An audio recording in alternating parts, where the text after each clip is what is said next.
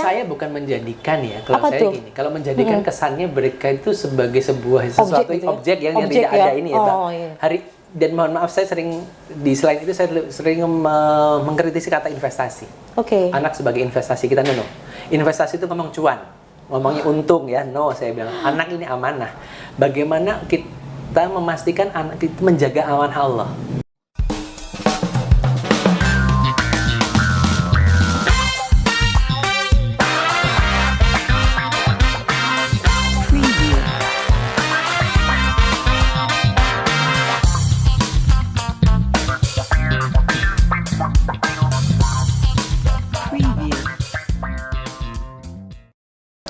Assalamualaikum warahmatullahi wabarakatuh. Halo, apa kabar sahabat Teras? Teman inspirasi. Teras kali ini merupakan sequel dari teman Ramadan Asyik yang tayang di Ramadan, dan kali ini kita mulai perdana di Syawal bersama Mas Ruli Renata. Wah, luar biasa. Mas Ruli Renata, namanya tuh ini banget ya, famous gitu ya. Terkenal, jadi enak disebut.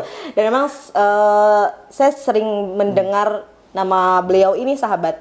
Jadi Mas Ruli ini salah satu, saya boleh bilang influencer juga ya, karena saya juga ngikutin Facebooknya Mas Ruli loh. Oh gitu ya? Oh, saya ngikutin kartun-kartunnya itu. Itu sahabat juga bisa boleh dicek di Facebooknya itu Ruli Renata ya, sama ya, iya, namanya sama. Ruli Renata. Saya sampai belum nyapa narasumber nih, keasikan ceritain beliau. Mas Ruli sehat ya? Alhamdulillah, Alhamdulillah, sehat. alhamdulillah. Terima kasih sudah berkunjung ke studio kami nih. Iya, iya. Mas Ruli ini sekarang tinggal di Kediri, Jawa Timur. Kediri, Jawa Timur. Nah, sahabat, jauh-jauh dari Kediri ke Al-Qudwa, Mas Ruli ini akan kita roasting. Mas Ruli, Ya. saya izin membacakan sekilas aja nih Boleh. CV-nya Mas Ruli. Ya. Dan sahabat, ini hanya sekilas ya, karena CV beliau itu luar biasa panjang sekali, dan saya sampai terkagum-kagum karena beliau banyak ngurusin hal-hal yang jelimet kalau menurut saya. Salah satunya nih, Grapo Parenting, kemudian handwriting analis. Ya. Iya Mas ya? Iya, betul. Koreksi aja kalau saya salah ngomong, Iya, Mas Ruli. iya, iya. Maklum, berusaha British tapi masih suka makan seblak, jadi kayak begini nih. Hidup seblak, oke.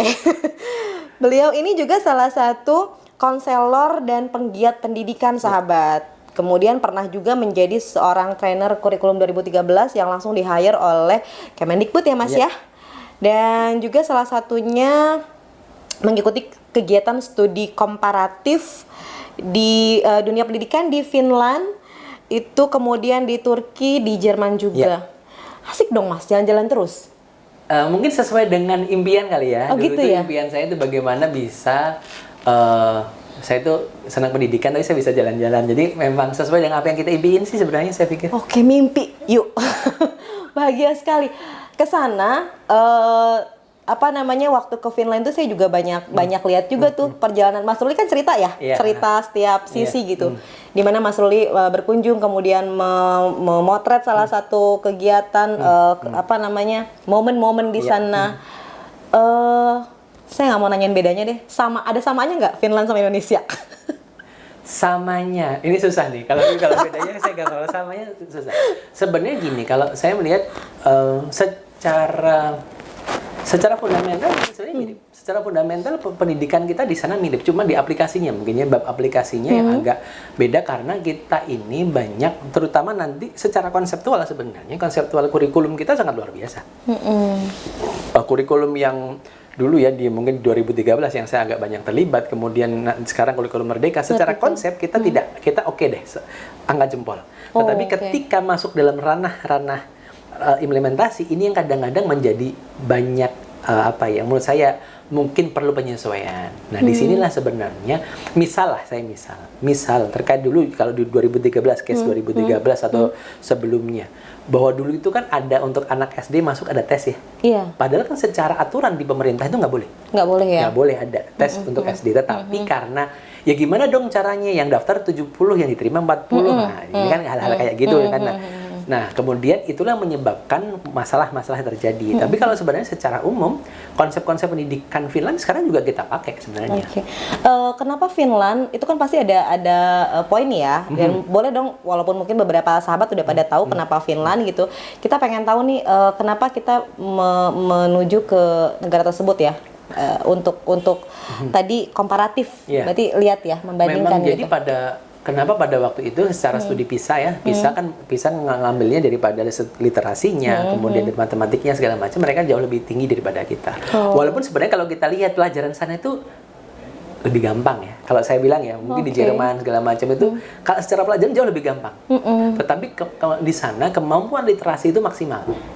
Kemampuan literasinya maksimal. Pelajarannya lebih gampang. Gimana dong supaya kita bisa seperti di sana? Kita awalnya dari mana dulu tuh, Mas? Ini kalau ngomong gitu berarti ini keluarga ya, dari keluarga bahwa bagaimanapun kalau bicara literasi dari awal kan bagaimana anak mendengar, anak membaca. Iya. Hari ini mohon maaf kita lebih menyerahkan anak-anak kita pada layar-layar, saya bilang pada layar-layar. Ini menjadi something yang menurut saya jadi masalah. Kembali ke laptop gitu ya? Gara-gara program itu tuh. Enggak. Oke. Jadi ke layar, padahal sebenarnya bagaimana yang kalau ngomong literasi sebenarnya itu bonding ya. Kalau saya bilang dari awal dari bonding. Bagaimana hari ini semuanya mereka, karena kalau ngomong nanti membaca itu berdiri dari mendengar dulu. Bagaimana dengarnya segala macam. Nah, ini yang menurut saya menjadi kata kunci ya untuk hari ini di kita, negara kita hari ini. Kalau kita ingin pendidikan kita bagus, ya literasinya dinaikin. Bagaimana dinaikin? Bukan tungnya ya, bukan tungnya yang kalau kita kan calis tungnya yang gede nih. Calis tung gitu kan. Nah, tungnya yang jadi utama. Padahal sebenarnya kalau sebelum ngomong tung itu ya membaca, tapi sebelum ngomong membaca itu mendengar dulu. Yang bagus itu kita ketemu kasus dulu, masalah dulu, lalu kita cari cari bahan bacaan untuk kita jadikan referensi, atau kita banyakin aja dulu baca, kemudian nanti gimana tuh Mas yang enak? Ini kalau ketika saya dulu istri kebetulan sempat di Thailand ya, kuliah di Thailand, saya juga sempat ke sana, kemudian juga kita ada salah satu sekolah yang di Thailand di Bangkok itu ada yang case menarik. Jadi di sana itu sekolah itu mengatakan begini, anak-anak sini itu punya kewajiban membaca buku. Anak 1 tahun itu sekian buku. Pertanyaan saya sebagai guru dari Indonesia mengatakan cara ngujinya gimana? Ya kan? Berapa buku yang dihabiskan gitu kan, dari berapa buku terus nanti model ujiannya kayak gimana? Iya. Terus dia bilang, loh kenapa harus diuji? Kan nanti dari esai yang dia tulis kelihatan dia baca atau enggak. Ya sih, oke. Berarti masalahnya bukan pada saya pikir gini, ternyata titiknya adalah bukan pada baca atau tidak, tapi ketidakpercayaan kita pada anak. Betul. Ini problem saya bilang, ini problem. Jadi problem kita hari ini adalah kita tidak yakin anak-anak kita melakukan yang terbaik. Sepakat Mas. Jadi dilemanya adalah ketika kita dihadapkan dengan poin nilai scoring ya, Mas, scoring. Sampai sekarang tuh ada karakter yang diskorkan gitu tuh. Ada nilai karakter yang diskorkan. Padahal kalau misalnya saya dengar dari paparan Mas Ruli tadi, memang betul kualitas seseorang dari mulai dia menulis esainya, kemudian mungkin berbicaranya, itu mungkin akan tertakar gitu sebanyak apa sih wawasannya gitu ya. Tapi cara untuk mengubah itu apakah kita harus campaign dulu atau cukup dimulai dari mana gitu tuh Mas? Kalau saya begini, kegelisahan itu kalau kita hanya sebagai kegelisahan nggak akan ada selesainya juga ya.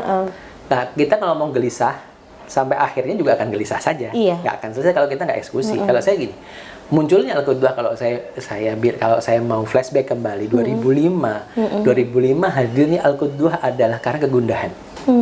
Kegundahan pada waktu itu kita berharap ada tempat pendidikan, ada lembaga pendidikan, ada sebuah mitra orang tua untuk bagaimana orang tua ini punya mitra untuk anaknya mendapatkan pendidikan yang tidak hanya pendidikan Islam, tapi Islami. Kata Islami apa bedanya dengan Islam? Kalau saya lebih pada titiknya begini, bukan bukan menambahkan ini ilmu umum loh, ini matematika, ini agama, bukan. Tapi bagaimana anak-anak juga bisa melihat saripati Islam dari matematika. Oke. Wow. Inilah yang menjadi konsepsi dasar kita. Betul. Bagaimana nanti dan kenapa juga namanya Al-Qudam, misalnya kita namanya Al-Qudam, bagaimana ini menjadi contoh. Oke. Dan sebenarnya ini terjawab hari ini ketika case 2020 ketika muncul pandemi, ternyata yang dibutuhkan anak-anak bukan knowledge, tapi qudwah. Kok tahu banget ya Mas Ruli ini tentang Al-Qudwah? Sahabat, salah satu pionir atau yang turut membidani lahirnya Al-Qudwah ini beliau. Lebih tepatnya SMP. SMP ya.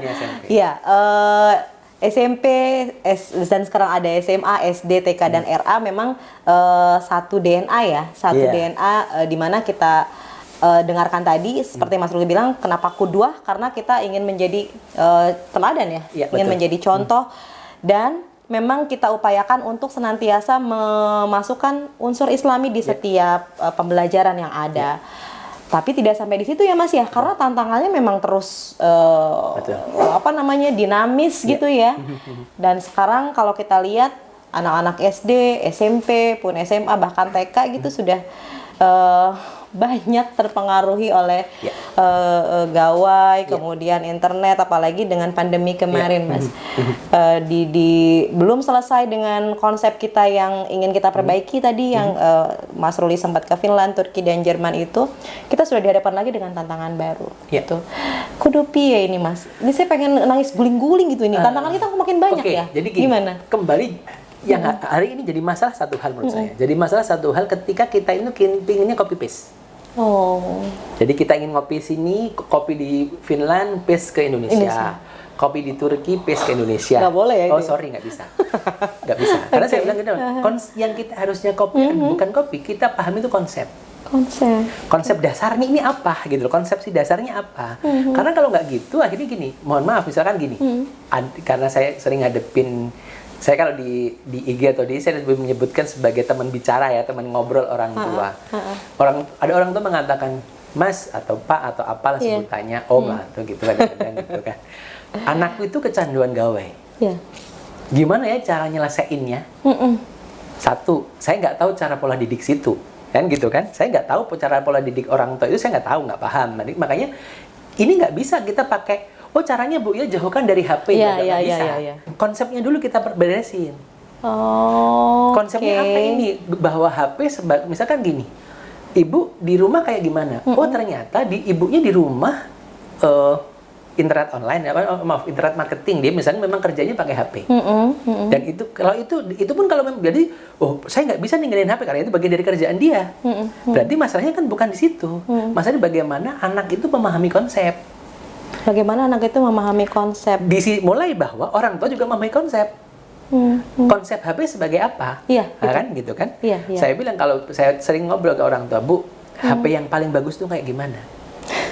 Ternyata bukan yang paling mahal, tapi yang ada pulsanya. Karena fungsi dasar HP itu alat komunikasi. Atau yang kameranya bagus gitu biar bisa itu bukan handphone, tetapi sebenarnya kamera kalau kamera begitu, ya. kan? Nah, ini kan berarti konsep dasarnya dulu kita selesaikan, baru kita ngomong masalahnya. Kalau kita ingin ngomong masalah konsep dasarnya, berarti ada pemahaman yang harus kita selesaikan. Apa tahap tumbuh kembang anak kita harus pahami. Oke kan, misalkan gini. Oke, anak-anak kita berikan HP. Saya bilang nggak ada masalah kalau saya bilang. Anak saya juga saya kasih HP. Tetapi pertanyaannya adalah sesuai kebutuhan dia atau tidak. Ya kan? Kemarin kita nggak bisa ngomong. Dulu kita sebelum 2020 bisa mengatakan HP itu nggak bisa dipegang anak. Tapi ketika 2020 kita langsung nggak habis. Kenapa? Online sekolahnya. Daring. Ketika daring berarti mereka harus pegang HP. So, apa yang terjadi? Berarti konsep dulu keliru dong. Enggak, kenapa? Karena kita pada waktu itu hanya mengatakan jangan pegang HP. Bukan pada konsep HP seperti apa. Kalau misalnya kita sudah tahu nih konsepnya. Tadi kita orang tua menggunakan handphone untuk apa dan anak menggunakan handphone untuk apa. Dan mungkin dari situ akan ada next step ya? Yes. Apa tuh? Nah, setelah ini kan kita mulailah dari kita udah nih tahu nih fungsinya begini. Nah, berarti kan ada durasi di situ. Ada sesuai kebutuhannya. Kemudian setelah itu Cukup nggak nih loh, kalau jangan sampai gini, setelah selesai, misalkan saya tuh bisa dikatakan, bahkan kalau keluarga saya mengatakan kehidupanmu dengan handphone itu lebih banyak daripada dengan yang lain, karena memang kerjaan saya dari situ ya, dalam arti kerjaan saya lebih banyak konseling segala macam. Tapi ketika oke, kita udah punya kesepakatan, misalkan malam off ya off, off ya off, malam off, jam sekian saya off, bahkan bisa dikatakan kalau saya itu bisa hampir jam 10 malam sampai jam 4 pagi saya off, dan itu taruh di luar, sudah selesai. Dan dari kasus-kasus yang pernah konsul ke Mas Ruli hadapi ya, yang pernah dialamin, itu tingkat keberhasilannya? Karena gini, jadi masalahnya hari ini saya bilang gini loh, mohon maaf kalau teman-teman orang tua atau sahabat semua yang dokter, kalau kita ada sakit diabetes misalkan, ketika saya diabetes jelas masalahnya di gula, berarti pertanyaannya kita menghindari gula atau kita suntik insulin? Ya, menghindari dong ya? Harusnya menghindari gula dong, bukan malah suntik insulin. Karena suntik insulin itu tidak menyelesaikan masalah, ya kan begitu. Atau di case lain, mungkin beberapa case saya pernah sampai dokter mengatakan begini ke saya, karena saya ada sempat nyeri jantung. Rul, kamu berubah atau berobat? Nah, kalimat ini menjadi penting nih. Iya. Mungkin dulu kalau teman-teman lihat foto-foto saya dulu agak ini ya, agak ini ya. Gitu ya, gitu. Boleh dicek. Gak usah diperjelas. Teman bicara Anda masih. Pada waktu itu ternyata masalahnya gini, konsep berubah dan berobat itu menjadi nampar ke saya, nampol gitu. Oh, berarti yang kita ini kan bukan pada copy paste-nya, tapi pada bagian konsepnya begini ya. Konsepnya begini ya. Tadi ternyata akhirnya kenapa hari ini banyak yang tidak berhasil, karena kita itu lebih pada ngobatin akibat, bukan mencari sebab. Sebab itu kita harus paham konsep gitu. Untuk paham konsep kita juga harus konsep pendidikan dulu. Kalau ngomong konsep pendidikan, kita harus paham terkait dengan tumbuh kembang anak. Hari ini kita tuh lebih gini, saya bilang, hari ini kita hidup di zaman ketika orang lebih sibuk memaknai apa kata orang, bukan menjaga perasaan orang. Boleh diulangi Mas Ruli? Ya kan? Kita lebih memaknai apa kata orang, lebih bingung nih. Kata orang, lu anakmu itu belum bisa baca. Itu kita puyeng gitu. Iya, kita puyeng banget gitu kan. Terus padahal sebentar dulu gitu loh. Dia bisa aja umur berapa? Kan pertanyaannya kan gitu kan. Orang tua punya konsep nggak terkait dengan tumbuh kembang anak? Iya. Kita garis bawahi sampai di situ ya, sahabat. Konsep dulu gitu, tumbuh kembang anak, entah itu sekolahnya di mana, kemudian mau gurunya seperti apa, cita-citanya bagaimana, itu berawal dari konsepnya dulu. Tapi kalau misalnya kita udah nggak punya konsep, kebawa arus kesana kesini, dan akhirnya misalnya kedodoran di tengah jalan, itu nggak bisa untuk menyalahkan salah satu pihak atau keadaan atau ya taruhlah misalnya Mas Ruli ada yang baru sadar konsep sekarang nih. Nggak konsep nih awalnya nih, jadi baru sadar konsep setelah dengerin kita nih. Terus gimana tuh Mas untuk merapikan lagi yang sudah tidak rapi sebelumnya gitu, berantakan? Iya. Untungnya kalau nanti dalam kita bicara pada masalah teori otak ya, otak manusia itu kan sangat dinamis ya. Bagaimana kita itu ada neuroplasticity, bagaimana otak kita itu bisa berubah, cara pandang kita bisa berubah, berbeda dengan hewan, mohon maaf. Hewan itu kan by insting, tidak ada perubahan, ya begitu aja hidupnya kan, kalau lebah ya begitu saja. Nah, manusia ini sangat bisa berubah. Pertanyaannya, mau atau tidak? Nah, ini yang menjadi titik kunci sebenarnya, mau atau tidak kita berubah. Kadang-kadang kan bukan masalah mau, tapi malu. Malu, ini kan jadi masalah lagi sebenarnya. Saya bilang, kalau kita mau atau tidak berubah, hari ini misalkan, kita dulu nggak punya konsep terhadap pola pendidikan anak kita. Ya udah, yang lalu juga nggak perlu disesali, orang pada waktu itu nggak tahu kok, gitu kan, mau gimana lagi, orang nggak tahu, selesai, urusannya nggak selesai. Tetapi bagaimana ke depannya kita lebih mengarah lagi, menata yang di depan. Loh, dulu kita salah, anak saya sekarang begini, ya sudah. Kalau memang salah, minta maaf, selesai. Tapi kalau misalnya kita sudah berangkat pada perbaikan yang tadi itu Mas, ada nih masalah dengan anak misalnya, apalagi anaknya sudah beranjak remaja nih, susah buat diajak, maafin mama ya gitu, nggak punya konsep dulu. Maksudnya ingin kita memperbaiki suasana gitu, untuk memperbaiki semua pola. Tapi membangun komunikasi lagi dengan anak-anak yang sudah terlanjur frustasi dengan orang tuanya, yang sudah terlanjur underestimate ya. Itu gimana sih Mas? Mengembalikan kepercayaannya lagi gitu. Menarik ini. Jadi gini, Pola itu kan berjalan tidak sehari. Oh, oke. Jangan berharap pola yang berjalan 10 tahun selesai dengan hujan sehari. Nggak bisa dong, nggak fair juga kita kalau seperti itu. Maksud saya begini, ketika dia hidup dalam kondisi seperti ini 15 tahun, kita pingin maafin bunda ya, besok selesai. Ya nggak bisa. Karena ini tumpukannya kan sudah numpuk 15 tahun. Gali sedikit. Dan itu pun kalau saya bilang bahwa saya pun mengalami itu hari ini ketika saya bilang dengan alasan mungkin saya dulu banyak kegiatan, bla bla bla, saya lebih banyak pergi dari rumah, menyerahkan pendidikan pada istri saya, dan hari ini pun saya harus menerima itu ketika saya tidak terlalu dekat bonding dengan anak, dan akhirnya saya harus mendatangi dia dengan tidak bisa dong sehari selesai, karena apa? Prosesnya panjang dan saya harus agak lama gitu. Agak lama, saya sekitar sekian bulan saya harus pendekatan terhadap dia. Mungkin bahkan saya itu kalau ke anak saya mungkin bisa dilihat di nanti Mbak Rini aja sebetulnya. Iya, atau Teh Rini kakak gitu. juga boleh. Nah, itu kalau dilihat saya manggilnya Bestie. Bestie apa kabar gitu kan. Ya, kadang-kadang saya manggil anak saya, kebetulan anak saya baru 1. Jadi untuk bagaimana saya mendekat gitu loh. Saya mendekat, terus kemudian kita cerita tentang alternate universe, apalah yang bahasa anak sekarang gitu, yang saya tuh yang harus ya, mau nggak mau dong, kebutuhannya kan di saya, bukan di dia. Maka saya bilang bahwa berarti kita harus ini dong, kita harus mau nurunin, ya mau nggak mau gitu loh. Karena ada masa yang sudah lewat dan kita harus kembali lagi sekarang. Dan memang buat orang tua sendiri tuh nggak berhenti buat belajar ya, pendidikannya, maksudnya kita juga harus tadi yang Mas Ruli pola komunikasi dengan anaknya, ya berarti kan Mas Ruli juga tahu zaman muda kayaknya kita mau samaan sih. Belum ada lah bestie-bestie gitu ya, atau mungkin pola omongannya akan beda gitu. Iya.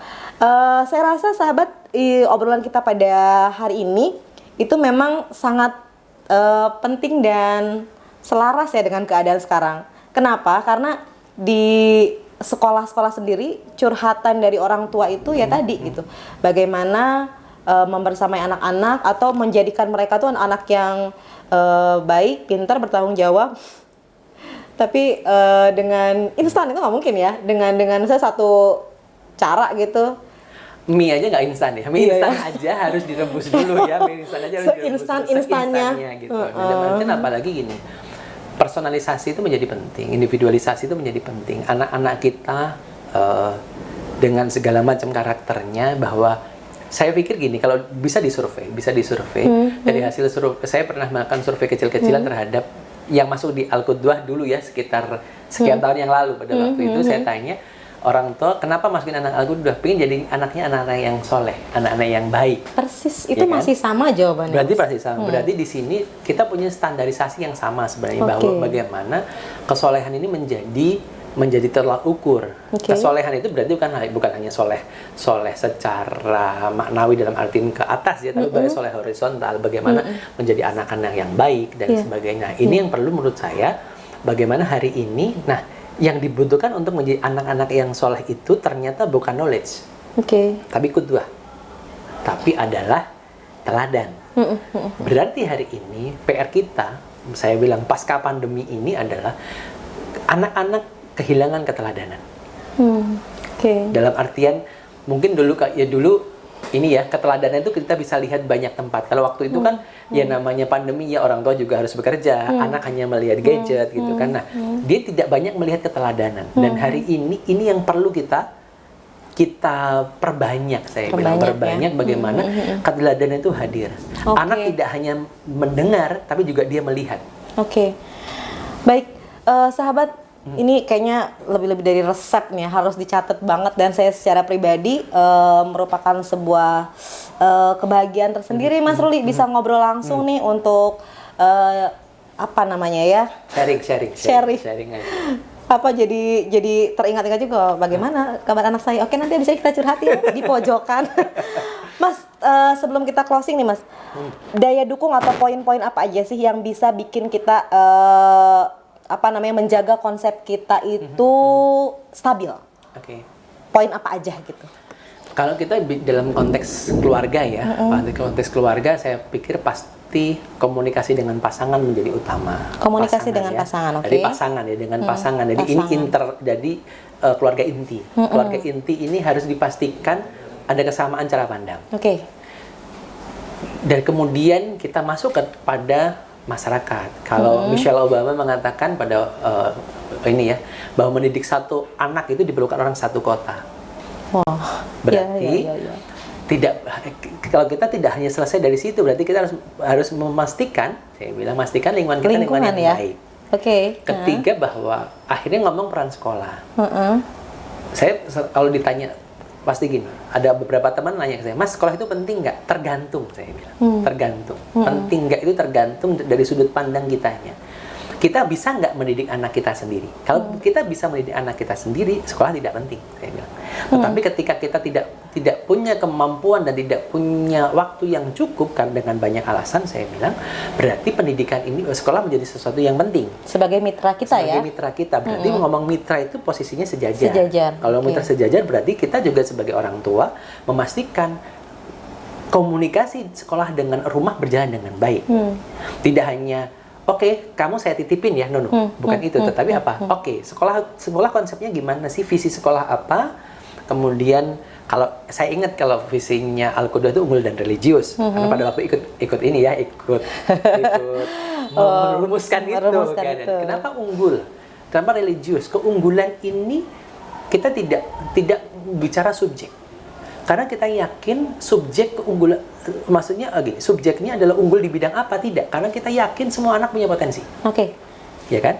Apalagi hari ini visi baru terkait dengan discovering Successful life ya, partner life. for discovering successful life. Bagaimana partner untuk menemukan bakat minatnya. Nah kan berarti kan partner saya bilang. Nah berarti perlu ada dua. Nah ini menjadi penting maksud saya. Jadi dua hal ini, jadi ada rumah, ada lingkungan, ada sekolah. Oke, masih ada nggak Mas selain rumah, lingkungan, sekolah yang bisa menjaga konsep kita? Jadi konsep awal dalam rangka menjadikan anak-anak kita anak-anak yang apa ya? Namanya apa sih Mas? Anak-anak yang baik, anak-anak yang pintar atau anak-anak yang? Kalau saya bukan menjadikan ya, kalau apa saya tuh? gini, kalau menjadikan kesannya mereka itu sebagai sebuah sesuatu objek yang tidak ada ini ya, Bang. Iya. Dan mohon maaf saya sering di slide itu saya sering mengkritisi kata investasi. Oke. Anak sebagai investasi kita no. Investasi itu ngomong cuan, ngomongnya untung ya. No, saya bilang anak ini amanah. Bagaimana kita memastikan anak itu menjaga amanah Allah. Nah, ini yang penting. Bagaimana? Oke. Jadi anak kita gimana tadi Mas? Bagaimana kita menjaga amanah Allah? Bagaimana kita menjaga amanah Allah? Iya, jadi lebih kena ya. Iya, karena gini, kalau kita bahwa Allah itu memberi amanah pada kita, bukan kaleng-kaleng nih, bukan kaleng-kaleng gitu kan. Banyak orang yang ingin dapat amanah sampai berusaha semaksimal, tapi Allah tidak berikan. Hari ini Allah berikan amanah pada kita, dan anak ini adalah pribadi yang utuh, saya bilang, karena dia akan berkembang sesuai dengan apa yang Allah berikan pada dia. Berarti kita ini bagaimana menjaga fitrahnya, menumbuhkan fitrah yang ada, sudah dijaga, ditumbuhkan, dan bagaimana kita tadi, yang saya di ujung akhirnya, kalau saya bilang, pendidikan itu bicara tentang kepercayaan. Oke. Luar biasa. Ini kalau misalnya tidak dibatasi durasi, saya ingin lebih banyak lagi menggali. Tapi mungkin ke depan kita bisa lebih banyak ngobrol ya Mas ya, bisa berbagi juga nih sahabat, atau kita bisa adakan seminar khusus di Al-Qudwah yang ngundang Mas Ruli ya, yang online, bisa nanti online. supaya sahabat yang menyimak nih bisa langsung nanya nih ya, atau langsung komunikasi dengan beliau. Sebelum ditutup Mas, saya minta satu kata satu statement spirit lah ya, spirit untuk para orang tua dalam rangka membersamai putra putri mereka saat ini. Mungkin support ya, kalau saya gini, sudahkah kita sudah mengembalikan apa yang kita lakukan? Saya gini, saya yakin orang tua sudah memberikan yang terbaik untuk anak. Makanan terbaik, pendidikan terbaik.